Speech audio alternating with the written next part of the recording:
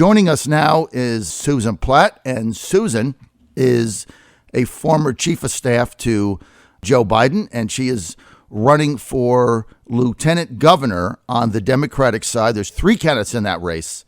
Let's not forget Gene Rossi, who I have is about a 100-to-1 underdog. He isn't going to win. So it's really a 2-person battle between Susan Platt and who I have the favorite in that race, Justin Fairfax, who's raised a lot of money and he's campaigned basically nonstop since he got beat by Attorney General Mark Herring by 1% in 2013. Joining us now, Susan Platt. Hey, Susan, good to have you with us. Good morning, John. Thank you for having me, and good morning to your listeners. Thank you. Now, let's get to a tweet you put out yesterday, controversial, if you will. In your tweet, you called Congressman Republican from the 7th District, Dave Bratt, a coward. It's a pretty strong word, Susan. A coward for not holding town hall meetings. And the comment that he made, which was reported by Patrick Wilson in the Richmond Times-Dispatch, was like, I don't want to hold any town hall meetings because women are getting in my grill and I just don't want to deal with it. And you said because of that, he's a coward. You want to elaborate on that, please, Susan? I'll be glad to. First off, let me just say that every man I have ever met wanted to have women in their grill. I don't quite get this. You know, to me, this is pure cowardice. I don't understand what's wrong with him and with people like him. Politicians are elected to be listening and responding to their constituents. You know, David Bratt was the quote-unquote dragon slayer when he took down Congressman Eric Cantor. And why did he take him down? Because he wasn't listening to his constituents. And here we have the same thing happen again. Why does Congressman Bratt not even want to talk to potentially half of his voters? It's just ridiculous, and I don't understand it. Do you? No, and I got to tell you, as far as women getting in his grill, if he was married to my wife and the Fräulein, he would be accustomed to. I mean, she gets in my grill every day, right? I've been with her a very long time, and so it's, you know, part of the deal, especially with my wife, who dies on every hill. So, look, I thought that was an ill-advised statement, and I think that Congressman Bratt should have town hall meetings, and he should engage everybody in his district, regardless of what their views are. But look, I think when you see the level of protests, we're almost getting the feeling now that these protesters are going to protest everything.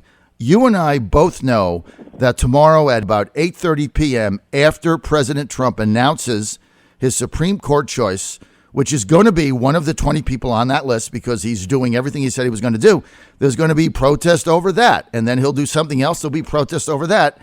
But people have the right, as long as it's within the law, they have First Amendment rights. They should be able to do whatever they please. It's part of the American democracy process. But in this particular instance, I have to agree. I think that Dave should have town hall meetings regardless of who shows up, because they are his constituents. Absolutely. And this country was founded on inclusiveness.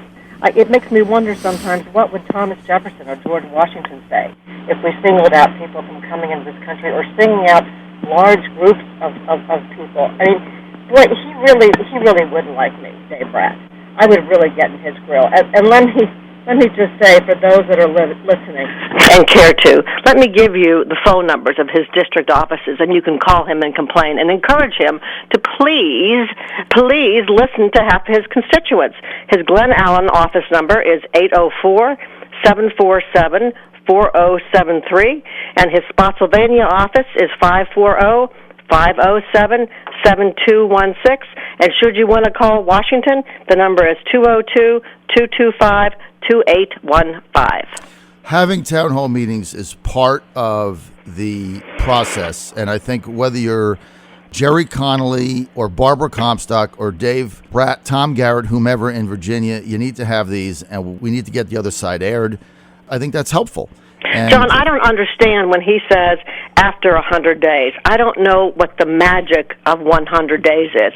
I think, you know, when I decided to run for this office, which is something I never thought I would do, one of the things that that moved me forward was that I thought politicians really were doing way too much talking and not enough listening. And this is one prime example of someone who is doing just that, not listening. Well, he's certainly not listening to the people that want to talk to him and get in his grill.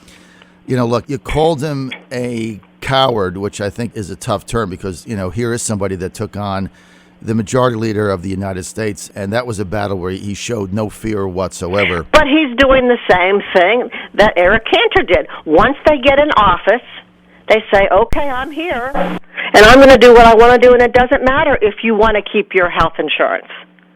It doesn't matter that you have a pre-existing condition, and we're going to vote out the Affordable Care Act. Well, it doesn't matter that if you're a federal worker, we're not going to add more workers or pay you more. It doesn't matter if you're a refugee wanting to come to this country. It doesn't matter if you are a woman who wants to take control, of her own body. I mean, if you had some callers talk about people are being paid to do this protest, do you think over 500,000 women were paid to march on Washington? No, I was out at Dulles Airport on Saturday. Do you think those people out there, and I was out supporting them, do you really think those people were out there that were paid? People are rising up, and I think that a hornet's nest has been poked. And if you're Dave Bratt or any other elected official in this country, if you decide not to talk to 51% of your constituents, there's something wrong. Well, look, as far as these protests are concerned, Susan, it doesn't matter what Trump does. These protests are going to continue because they don't like the fact that he won. And so there's this is what I call the crybaby Democratic caucus, basically. You lost, you're upset, so you protest. You have that right as long as it's legal. But what are you protesting? What were the protests on Saturday? Because somebody had to spend 5 hours getting vetted in a holding room. So what, right? Well, what's the big deal? Held. We have, of course, we have to ensure that this country is as secure as we can have it. Absolutely. And there is a strong vetting process for people coming in this country. But there were people that were being lied to. They were holding people and not letting other lawyers, other representatives that would help them move this process along. And they were hiding the fact that these people were being held against their will. And, the fact that President Trump, fired Sally Yates, he has every right to do that. Yep, he does. But clearly, she believed it was her responsibility to ensure that the position of the Department of Justice was legally defensible. And that's what we're talking about here. Well, and let's talk about last Saturday's March on Washington. You say, why would their woman wasn't elected? But all of a sudden, their very health is being threatened with the Affordable Care Act, pre-existing conditions like breast cancer. They're talking about giving up the right of Roe v. Wade. There's just something wrong when you start taking away rights from people. Well, look, Susan, you don't even know what the Republicans' replacement plan is. So what you're protesting, you have no idea what you're protesting. That march on Saturday, and look, again, anybody's got the right. We have free assembly in this country. But Trump hadn't even done anything. He was in office 12 hours, and we got this massive protest, and it was because your candidate lost. I'm sorry. Well, Trump did do something. His first executive order was to sign to repeal the Affordable Care Act. It's just because for people like Donald Trump and Dave Bratt right now are not listening. Well, you know what, Susan? I would beg to differ with that because there's millions of people in the United States that have been screwed by Obamacare like we have, where your deductibles went from $1,500 to $10,000 and your premium went from $500 to $1,500. And so people dropped out of the system because they couldn't pay it. And now they have to pay a tax penalty. So the system is terrible for a lot of people. And so to sit there and say, well, you're taking this away. Look, we understand that there's 10 or 15 or 20 million people that have insurance now that didn't have it, that are being 100% or 90% subsidized, right? So Trump and the Republicans are going to have to deal with that. But the bottom line is, what about the other people that got screwed by it? I mean, they have a right for change as well. The Affordable Care Act needed some fixing and some tweaking. All right. But it was a step in the right direction. When I started this campaign, I started in Winchester. I love the Shenandoah Valley. It was the first place I ran a congressional race. But I've gone around from Winchester to Roanoke to Martinsville to Charlottesville to Richmond to Virginia Beach, all across the state. And people just want to be heard, and people are afraid. I talked to one woman whose son was basically born allergic to almost every food possible. She could not get insurance to cover his food that was $3,000 a month because she did not want to have a tube in his stomach. She wanted to feed him through a syringe. She ended up having to get a waiver. What's going to happen to her now? Because that son has a pre-existing condition. Well, we don't know. Do you really think the insurance company is going to want to take her on? We don't have the replacement yet. So I would suggest that we wait until we see what the replacement is. And I've been an advocate, like President Trump, of not repealing Obamacare until there is something viable to replace it with. So, well, that's because, John, I think you're listening. Well, it's just reality. And look, I've said over and over and over, you've got 15 million people now, and I'm just doing an estimate because some say 10, some say 20. Let's split the difference. You got 15 million people that have insurance as almost 100% subsidized that didn't have it. When you have an entitlement, it's very difficult to just take it away, okay? Because now people have insurance, they didn't have it, right? But this is coming at the expense of other people that had insurance and now can't pay for the people that didn't have it that now have it. So it's just a shift of wealth, basically. And you got all these middle-class working Americans that don't qualify for the subsidy, that their premiums went up dramatically. Mine went, and I've told the story 100 times. Mine went before Obamacare. I paid $500 for a family of three. When Obamacare got implemented, my premium went from $500 to $1,150. That's $6,000. I almost had to take my son out of Catholic school. My deductible went from $1,500 for the family to $10,000. I didn't even have insurance. I was sending Obama $1,000 a month, and I didn't get anything back. All right, didn't make any sense. So the middle class working people like me got screwed in this deal, and that's part of why Trump won. Now, let's get your campaign for lieutenant governor. We've got 5 minutes. Well, and that's what I want to get back to the point. I think that politicians are just, in many ways, not listening, and that's exactly what Dave Bratt is doing. And there's a whole group of people, and they feel disenfranchised. They don't feel that they can trust their government to some respects because they're not listening. And you look at what's happening. Every day I talk to people across this Commonwealth, and they're worried. They're afraid. Every day, and you have to admit this, John, Donald Trump is doing something different every day, and more shoes are dropping, and people are scared. They don't know what's going to happen. There's no security. They don't feel secure right now, and that's why they're protesting. And I think Kellyanne Conway said if women wanted to have a dialogue with Donald Trump, they should write him a letter, and I think they all should. And I think in many ways we did by protesting. And I think he could do more, and our politicians like Dave Bratt could do more by going around and talking to people and listening to what they have to say and trying to solve problems. Not be inflammatory, not try to divide us, be more inclusive, and figure out ways to solve problems. Has President Trump so far, Susan Platt, running for lieutenant governor, Democratic side, that'll be decided in a June 13th primary, 3 candidates, Platt, Justin Fairfax, and Gene Rossi. Susan, has President Trump in 8 days done anything that he didn't explicitly during the campaign say he would do? I don't think that he has, but I think a lot of people didn't actually believe he meant it. Even he has said that. Okay? Thank you. Right. So let me just say that I think we're all a bit shocked. In going around and talking to people, you can learn a lot.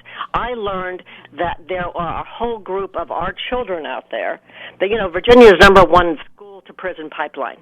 That there are a whole group of children out there that are not getting services that have been already mandated, which is why I came up with the idea with a group of citizens, caregivers, mothers and fathers, to have a designated children's cabinet member that would coordinate all the different services from the different agencies, because there's so much more we can do without spending a lot more money to help ensure the future of a lot of these children and help the progress of our Commonwealth.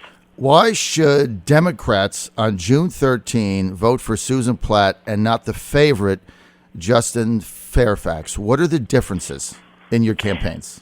I will tell you, have been, and am a proven fighter. I have fought for Virginia for the last 25 years. I have fought for the economic progress that we've had. I've worked with many others on the Virginia Tourism Corporation Board. I have helped elect a lot of different women across the state to open up this government to all kinds of different voices. And I will be the strong leader that everyone wants to continue some of the progress that we've had here in Virginia. So, as lieutenant governor in a divided state senate, one way or the other, it's going to be 2020 or 2119, either way, after you win, if you do win. Give me one policy difference between Susan Platt and your Democratic rival for the nomination, Justin Fairfax. Well, I just did. I think Justin Fairfax is right when he talks about we need to do more training after younger people come out of prison. I think that's exactly right on. But where we differ is I think we need to put more on the front end in preventing the problem before they go awry. And that's one thing I'll fight for. So Justin Fairfax right now has a big lead in money. I think he raised in the last quarter like $500,000 or something. He's got a lot of cash on hand. You look at this race, I've got him as the favorite. How do you win? Well, I'll tell you, he has raised a good bit of money. He should have. He's been in the race since last May. And really, he's been running for the last 4 years. But when I look at his cash on hand, he has under $200,000. I've just hired myself a campaign manager. I have known people across the state for 20-some years, and I'm reconnecting with old friends and new friends. I have helped elect a lot of people across the state over the last 20 years, and I'm working very hard, and I know we'll be successful. We're doing the best we can, and I think every year is a different election, and every year is a different time. And I think now is the time that people are craving for a fighter, a proven leader who they know will stand up for what they believe in and will listen to them. Who is your campaign manager? Her name is Ellen Zhang, and she was formerly the political director at the DSCC. She speaks 3 languages, Chinese, German, and English. She is an electrical engineer and a lawyer. So she's pretty darn smart, John. Okay, now let me ask you the $64,000 game changer question, right? I got to ask you straight out. Susan Platt running for lieutenant governor, Democratic side. Is Ben Tribbett involved in running your campaign? Ben Tribbett is the son of my dear friend who was my college roommate of too many years ago. I love him to death. Ellen Zhang is my campaign manager, and I welcome everybody who wants to help me. Come on aboard. Is Tribbett your general consultant in this campaign? Martha McKenna is my general consultant. So what's Ben's role? Well, you know Ben. Ben likes to give a lot of advice, and Ben's a very smart guy. So I do listen to Ben, as a lot of people should. I think Kathy Smith wants to hang on to him, though, so I think that's where he'll stay for a while.